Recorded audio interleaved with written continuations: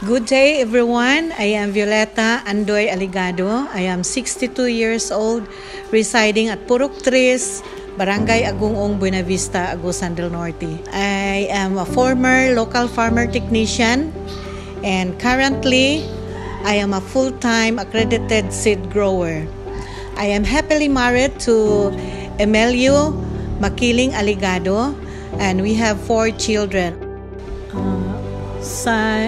Hindi pa ako naging accredited nga seed grower. During our training sa local farmer technician, we have training on seed production. Then from there, I know nga kung gusto kang magkuha ng para gawing seedlings, so i-roging, practice roging, removal of types and mga unwanted nga mga weeds. So sa nakita ng mga neighboring farmers, nakita nila na pantay-pantay yung tubo ng humay, bumili sila ng seeds sa amin. Pagkaalam ng DA-LGU namin, mayroong ginawang training in collaboration with the seed lab. I became a accredited seed grower up to the present. So before, nagkaroon ako ng 2 hectares nga seed production areas. At sa ngayon, naging 9 na. Yung inspiration ko na maging seed grower para makaprovide ng mga high quality seeds sa mga farmers. Educating the farmers to use certified seeds. Kasi yung mga farmers, nakasanayan na nila na magkuha lang sila ng mga seeds nila sa tanim nila na wala nag-undergo ng mga roging, removal of mga kanang other varieties, other impurities, as weeds. So, kaya nga na-inspired talaga ako na maging seed grower to help the farmers. Lalo na, that time I was an active local farmer technician sharing our knowledge to the rest of the farmers because not all farmers are given the chance to attend trainings and seminar. Also, dream ko talaga na pag mag-seed grower, we could have savings to put up a dryer. Now we have already 2 dryers. We have seed cleaner, and we have also 2 trucks na avail na nakapagpatapos ng third at saka 4th child. To my fellow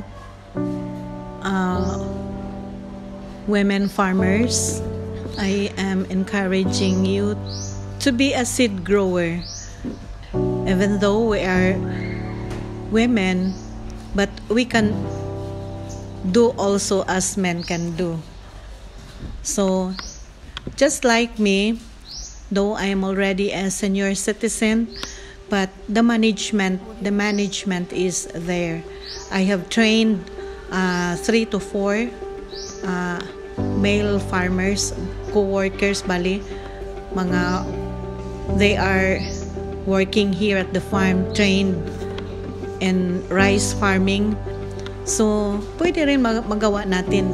Though mga babae tayo, yes, it's true. Yung iba magsabi na yung seed production trabahoso, but we can have income out of it. Yes, sa farming, maski hindi ka mag-seed production, the money is there. Pero kung mag-seed production ka, though it is a long process, but mataas yung makikita mo na income. So come on, mga kababaihan, let's get involved in farming, in rice production. Taos puso kong pasasalamat sa kung ano man ang narating ko ngayon.